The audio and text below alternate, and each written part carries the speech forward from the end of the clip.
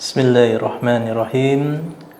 Assalamualaikum warahmatullahi wabarakatuh. Bismillah walhamdulillah. Wassalatu wassalamu ala rasulillah Sayyidina Muhammadin ibni Abdillah wa ala alihi wa sahbihi wa man wala. Allahumma salli ala Sayyidina Muhammadin miftahi babi rahmatillah adada ma fi ilmillah salatan wa salaman daimaini bidawamil mulkillah wa ala alihi wa sahbihi wa man wala. Allahumma salli ala Sayyidina Muhammadin wa ala ali Sayyidina Muhammad. Qala Allah Ta'ala fil Qur'anil Karim, subhanaka la ilma lana illa ma 'allamtana innaka anta alimul hakim. Shadaqallahul azim. Alhamdulillah, segala puji bagi Allah Subhanahu wa Ta'ala, karena dengan iradatnya, dengan inayahnya, hari ini kita bisa berjumpa pemirsa dalam suatu rangkaian kuliah subuh menjelang sahur. Mudah-mudahan di waktu-waktu kita ini Allah melimpahkan berkah dan rahmatnya kepada kita semua. Salawat serta salam tak lupa kita haturkan kepada junjungan kita Nabi Muhammad sallallahu alaihi wasallam. Insyaallah syafaatnya, curahan rahmatnya dan kasih sayangnya bisa sampai di akhir hayat nanti. Amin ya rabbal alamin. Pemirsa, dimanapun Anda berada, Allah Subhanahu wa Ta'ala pernah mengatakan di dalam firman-Nya, ya ayyuhallazina amanu ittaqullaha haqqa tuqatih wa la tamutunna illa wa antum muslimun. Allah Subhanahu wa Ta'ala mengisyaratkan kepada kita bahwa hai orang-orang yang beriman, bertakwalah kamu dengan sebenar-benarnya takwa. Namun jangan lupa pemirsa, di dalam ayat ini Allah menyambungnya dengan wala tamutunna illa wa antum muslimun, dan janganlah sekali-kali kamu mati melainkan engkau tetap sebagai seorang yang beriman. Maka kita diamanatkan oleh Allah Subhanahu wa Ta'ala bagaimana caranya kita hidup sebagai seorang beriman, dan tidaklah kita mati kembali kepada Allah tetap sebagai seorang yang beriman. Bagaimana kita hidup dengan membawa nikmatul iman wal Islam, dan tidaklah kita mati dan kembali kepada Allah tetap membawa nikmatul iman wal Islam, insyaallah amanatul ilahiyah. Maka amanat yang Allah sampaikan ini sangat kontras, di mana kita yang saat ini berada di bulan suci Ramadan selalu ingin meningkatkan keimanan dan ketakwaan kita kepada Allah Subhanahu wa Ta'ala. Ini adalah momentum bagi kita semua agar supaya pahala yang kita kerjakan, amal perbuatan yang kita lakukan itu dinilai dan dilipat gandakan pahalanya oleh Allah Subhanahu wa Ta'ala. Mengapa demikian? Pemirsa, bisa kita saksikan fenomena saat ini. Kita yang hidup di umat Nabi Muhammad SAW ini adalah umat di akhir zaman, penuh dengan fitnah dunia. Rasulullah SAW menyampaikan dalam sabdanya, badiru bi a'mali salihan sakatunu fitnan yusbihul mu'minan wa aw yumsiku rajulun mu'min aw yumsiku mu'minan wa yusbihul kafiran aw yumsi mu'minan wa yusbihul kafiran fal mutamisiku bidiyya wa min fal mutamasiku bidi yaumin qalqabi alal gamar.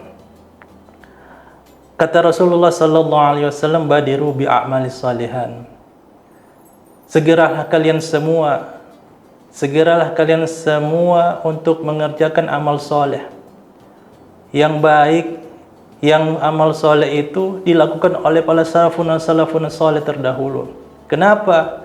Karena akan datang aneka ragam fitnah, akan datang aneka ragam ujian dan cobaan bagaikan malam yang gelap gulita. Bahkan dalam hadis yang lain disebutkan, kaqita'il lailil muslim sakatunu fitnan kaqita'il lailil muslim, akan datang aneka ragam fitnah, akan datang aneka ragam ujian dan cobaan bagaikan malam yang gelap gulita. Saking gelapnya, maka orang tidak bisa lagi melihat yang mana hitam, yang mana putih.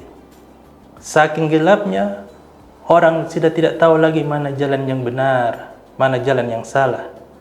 Saking gelapnya, maka banyak orang yang akan tersesat jalan. Maka kata Nabi Muhammad SAW, pada masa-masa seperti ini, maka rajulun mu'min aw yumsi kafiran aw yumsi mu'minan wa yusbihul kafiran. Orang-orang yang dimana pagi harinya masih beriman kepada Allah Subhanahu wa taala, siang harinya telah kafir.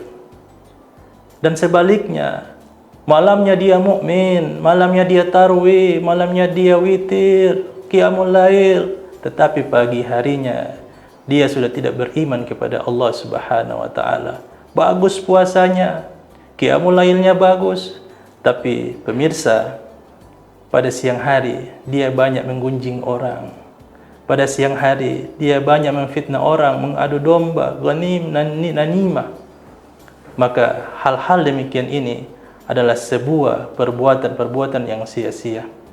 Maka kata Nabi, orang-orang yang hidup di zaman itu, maka orang-orang yang berpegang teguh pada tali ajaran agama Allah adalah orang-orang yang seperti memegang genggaman bara api. Bara api kalau dipegang, digenggam, panas, pedih, perih, sakit, terluka. Akhirnya apa yang dilakukan agama, manusia kepada agama saat itu, akhirnya agama hanya ditimang-timang, dipegang, dilepas, dipegang, dilepas. Dilepas murtad, dipegang panas, pedih, perih. Akhirnya agama hanya diobok-obok. Inilah fenomena kita yang hidup di akhir zaman umat Nabi Muhammad sallallahu alaihi wasallam. Maka pemirsa, di momentum ini mari kita sama-sama menguatkan fondasi-fondasi keimanan kita, ketakwaan kita kepada Allah Subhanahu wa taala. Agar apa? Agar kita bisa selamat tidak hanya di dunia ini, tetapi selamat juga di akhirat. Maka momentum yang baik ini harus kita jaga. Tidak hanya sholat kita, tidak hanya puasa kita, amal ibadah kita, tetapi ada satu hal, kewajiban yang harus kita penuhi sebagai umat muslim adalah kita harus mengeluarkan zakat fitrah di bulan Ramadan ini. Bagaimana caranya? Maka kebanyakan kita selalu meletakkan zakat fitrah adalah kepada cara-cara yang baik tetapi tidak pada tempat yang benar.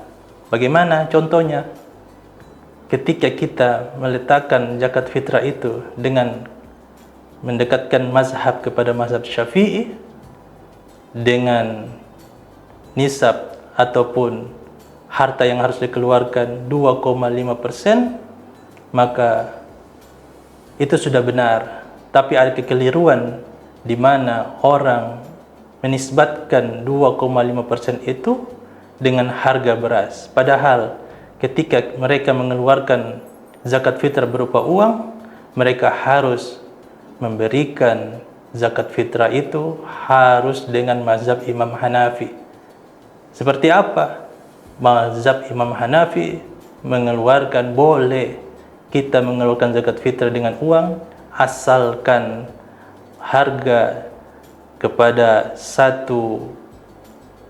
gram ataupun 1 shot itu sebesar 3,8%.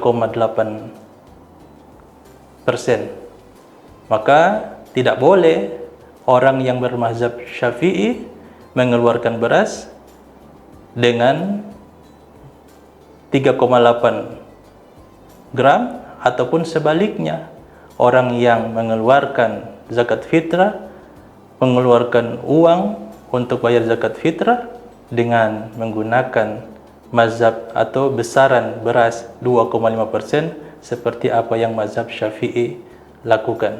Maka ini adalah suatu campur aduk mazhab terhadap salah satu perkara ibadah. Ini dilarang oleh agama oleh Allah Subhanahu wa taala di dalam agama, agar supaya kita tidak mencampur adukan satu perkara ibadah dengan berbagai mazhab yang ada.